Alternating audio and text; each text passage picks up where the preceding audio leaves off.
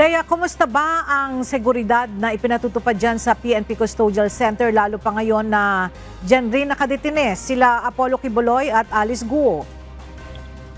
Magandang tanghali sa iyo, Ella. Mahigpit nga ipinatutupad na seguridad ng Philippine National Police dito sa loob ng PNP Custodial Center. Kaya naman kumpiyansa ang pambansang pulisya na magiging ligtas sa mga bagong detainee sa loob ng PNP Custodial Center.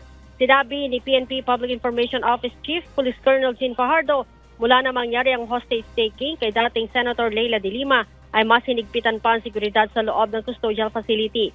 Kung dati aniya ay sama-sama ang pagpapaaraw ng mga ito tuwing umaga, ngayon ay sa labas na lamang ng kani-kanilang mga kwarto na may harang sila nagpapaaraw.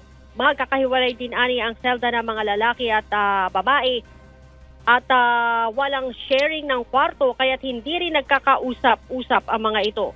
Hindi rin aniya nawawala ng bantay sa tower upang mamonitor ang galaw ng mga detainees. Ang oras naman, Ella, ng dalaw sa PNP Custodial Facility ay mula alas 8 ng umaga hanggang alas 12 ng tanghali, habang sa hapon naman ay 1 hanggang alas 5 ng hapon, Martes hanggang Linggo. Ella, ang ulam na mga detainee kaninang umaga ay tinapa, habang sinigang na bangus naman ngayong tanghalian. Ella? Alright, maraming salamat, Leia Ilagan.